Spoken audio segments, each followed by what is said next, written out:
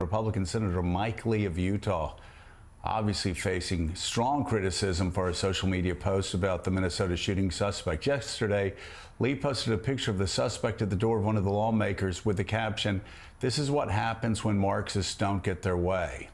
It is the pinned tweet at the top of his page. 25 minutes later, the senator posted another picture of the suspected shooter with the caption, "Nightmare on Wall Street," mocking, of course, the situation with the name of the Minnesota governor. Conservative journalist Brad Palumbo responded to one of the posts writing, quote, "What the hell is Mike Lee doing?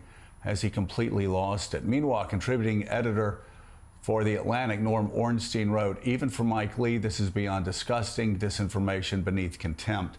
We're used to wackos on the extremes on both sides, posting bizarre things on social media.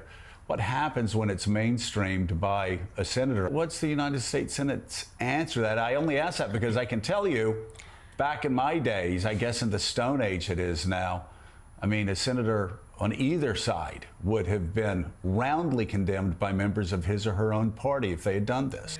I have condemned what Mike Lee did here at home, and I will speak to him about this when I return. And what I'm going to tell him is, you know, this isn't funny what happened here. This was an incredible woman, her husband, her two kids yesterday on Father's Day. There was no Father's Day for them. They lost both their parents.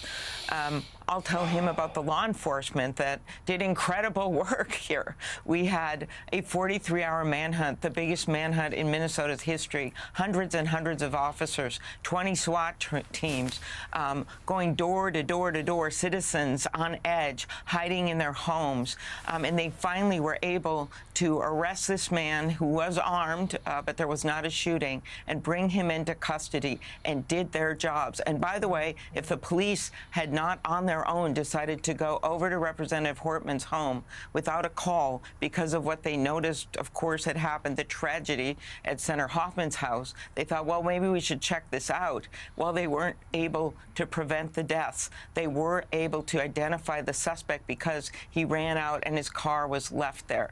Otherwise, more people would have been killed. So that's what I'm going to tell Senator Lee when I get back to Washington today, because this is not a laughing matter. And certainly what we're seeing in increasing violence and this evil man who did this is not a joke.